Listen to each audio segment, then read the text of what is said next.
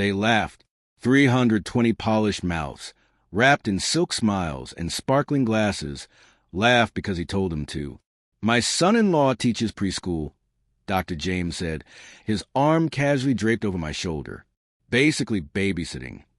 Laughter rippled through the ballroom like applause after a punchline. I didn't flinch. I didn't look down. I tasted copper on my tongue. This was the moment I'd been waiting for. Years ago, I thought we were building something. He had shaken my hand first time we met.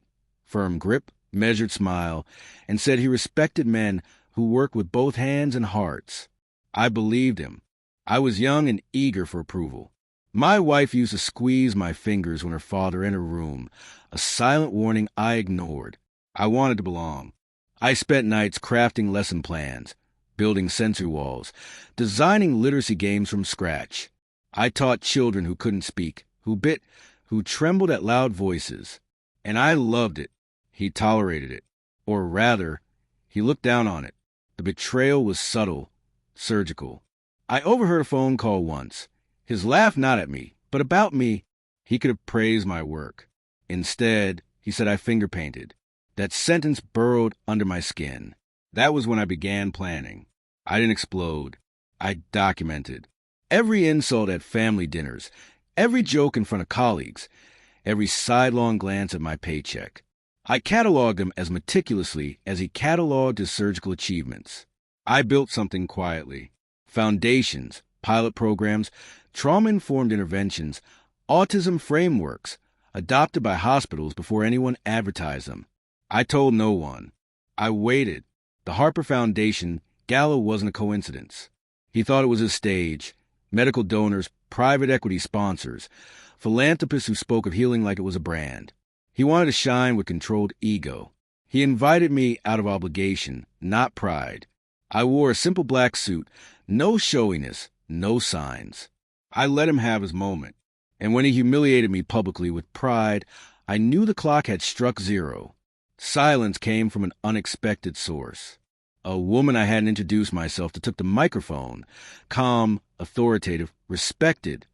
The Harper Foundation chair. She looked at Dr. James first.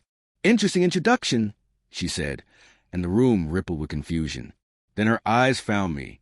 "Let me tell everyone here who your son-in-law really is." The room leaned forward. Every laugh stopped.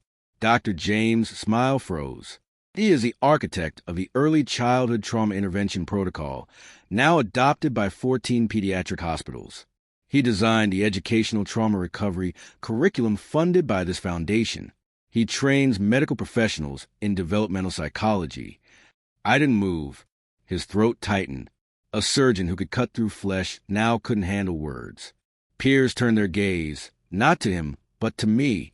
Later, he confronted me in a hallway that smelled of perfume and fear.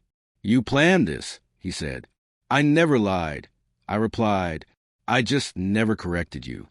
His hands trembled. A man who had performed surgeries now couldn't handle truth. We didn't reconcile. We didn't hug. We didn't heal. We adjusted. He stopped speaking for a time, then began listening. That mattered less to me than it should have. Monday morning, I returned to my classroom. Same tiny chairs, same crayon-stained tables, same children needing to be seen before they could speak. Nothing had changed, except me. I was no longer invisible.